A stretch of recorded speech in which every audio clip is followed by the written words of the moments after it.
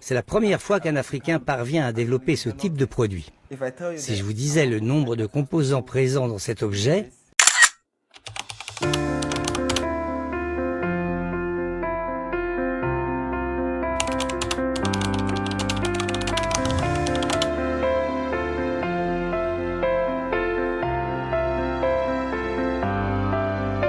pour le rendre opérationnel.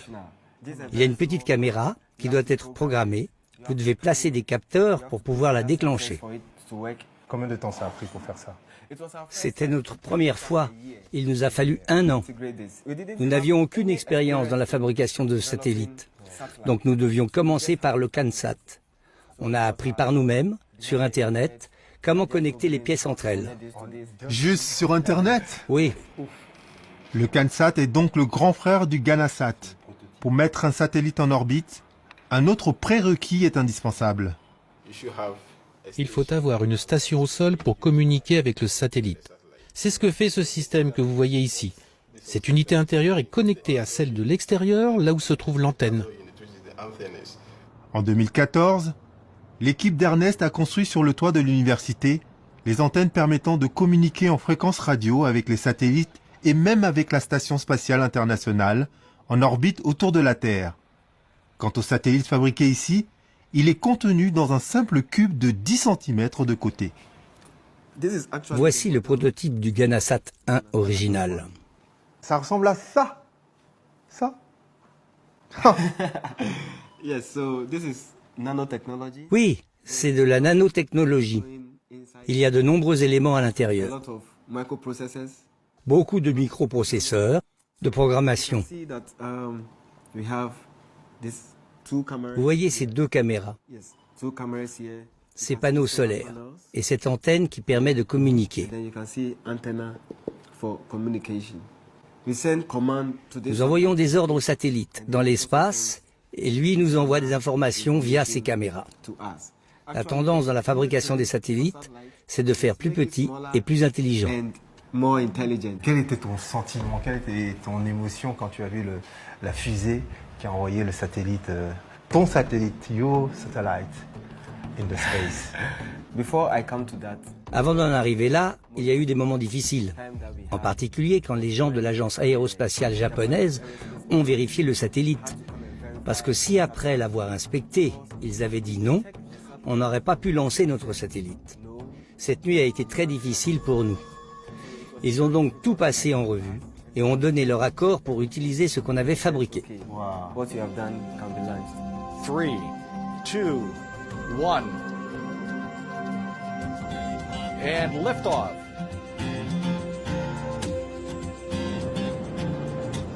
Back to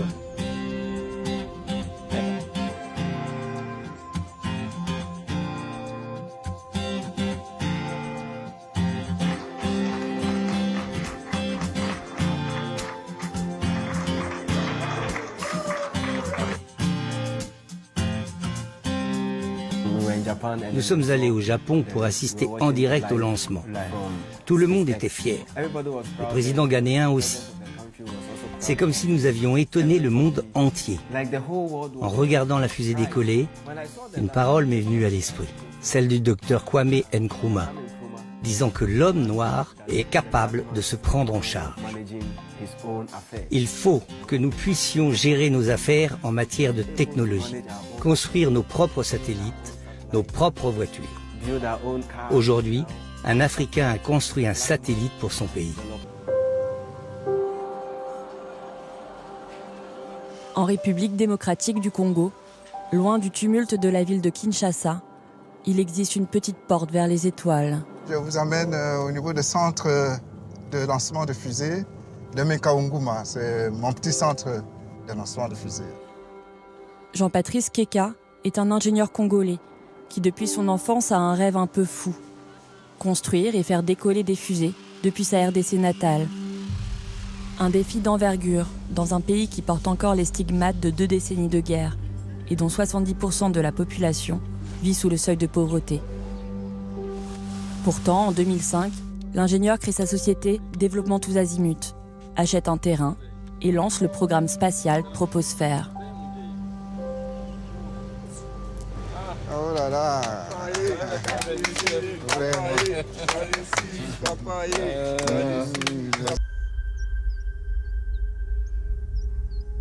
J'ai investi pour acheter 123 hectares de terrain et c'est uniquement dédié pour le lancement de fusées. Avec le peu de moyens pour le premier lancement de fusée, le centre de contrôle a été fait. Vous allez voir tous les équipements. Ça devient un peu équipement antique, mais ça nous a aidés.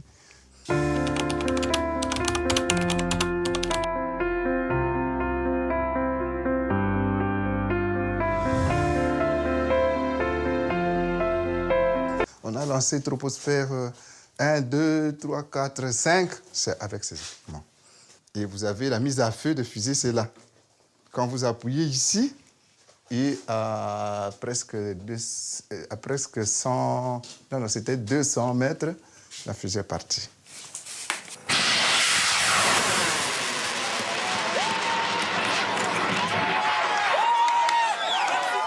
Ça, c'est le vaisseau spatial Pongo, c'est Pongo 1. Ce qu'on avait commencé avant. Vous voyez la boîte d'ovomaltine. Et puis, nous avons des boîtes de lait en poudre. C'est ça, le premier, le tout premier navette, vaisseau spatial congolais. Pourquoi pas africain? Parce que ça n'a pas encore existé. Il y a vraiment un film parti qu'on peut acheter s'il y a moyen qu'on en achète. Sinon, on récupère dans des radios, dans des téléviseurs. Et puis, les gens qui vendent leurs histoires qu'ils n'utilisent plus. C'est comme ça qu'on est parti. On est parti vraiment d'une... Il y avait toute une rampe simple avec une tige qui soutenait la fusée avant le lancement. C'était d'abord des fusées d'essai, de test, voir si les mathématiques que nous avons, avec les idées que nous avons en tête, peuvent nous permettre... Éjecté à 200 km afin de prendre des photos du Congo vues du ciel. C'est la plus grande fusée envoyée dans l'espace au niveau du continent.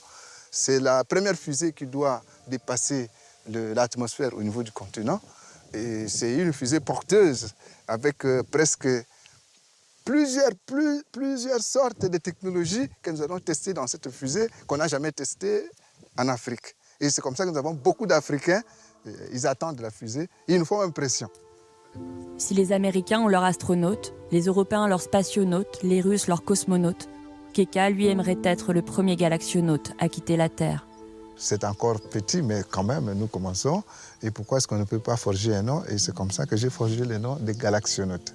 Et moi, je dois absolument être galaxionaute avant que je meure. Plusieurs fois par semaine, l'ingénieur Keka et son équipe se rendent dans l'atelier de l'Institut professionnel de la Gombe afin d'améliorer la fusée Troposphère 6.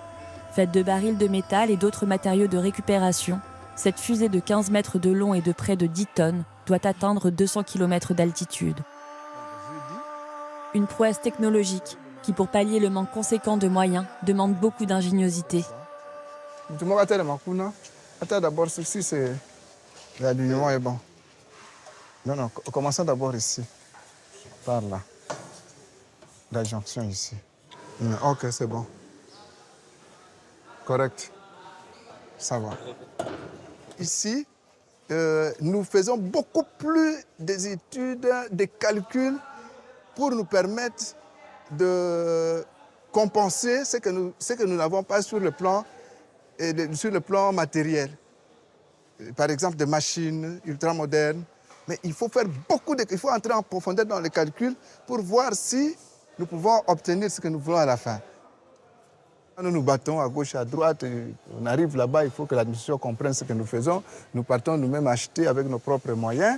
C'est comme ça que ça a pris beaucoup de temps. Et heureusement que nous avons été aidés par nos amis suisses qui ont fait des collectes jusqu'à 50 000 francs suisses, ce qui est l'équivalent de 50 000 $. Voilà. Donc là, c'est avec l'argent des amis suisses. Nous cherchons, nous pleurons auprès de nos autorités que les autorités puissent nous donner encore plus de moyens pour qu'on termine et que ce soit encore meilleur. Voilà. Keka a reçu le soutien de Claude-Alain Roten, un microbiologiste suisse de renom, voulant profiter de sa fusée afin de lancer une expérience sur les origines de la vie. Ce sera un travail fou, parce que nous devons mettre la peinture blanche partout. Et puis, nous mettrons des emblèmes, tout ce que vous appelez emblèmes, drapeaux du Congo, tout ce qu'on peut mettre. Nous allons travailler avec nos amis qui mettent des peintures dans les véhicules. On va le faire ensemble. Donc, jeudi, tout le monde doit être ici le matin. Naturellement, moi, j'aime ça. Et quand je raconte avec mon cœur. Et je vois que mes collaborateurs me comprennent très vite. Ils voient même nos petits ici, rapidement, parce qu'eux aussi commencent à sentir comme si ils commencent à voir avec moi de la même manière. N'est-ce pas ça? Oui, exactement. C'est compliqué à expliquer, mais c'est ça. Il y a une vibration, nous avons la même vibration. Et ensemble, c'est un flot de gens qui font une grande ossature avec moi. Parce que je suis bien soutenu, c'est comme ça que je me sens fort et je sais que ça va bien aller.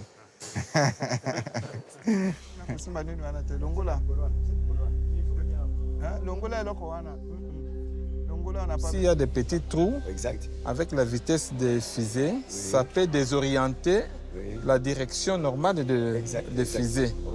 Jean-Jacques Diedika est l'un des plus proches collaborateurs de Keka. Séduit par sa vision de l'avenir et son approche nouvelle des sciences, Jean-Jacques travaille à ses côtés depuis leur rencontre à l'université. À l'école, on nous avait appris, pour arriver à une finition de quelque chose, vous devez partir des formules. Mais chez lui, j'avais découvert, c'était l'inverse. D'abord, il a la chose, et à partir de cette chose-là, il ressort des formules. Nous avons un savant dans notre camp, nous l'appelons savant.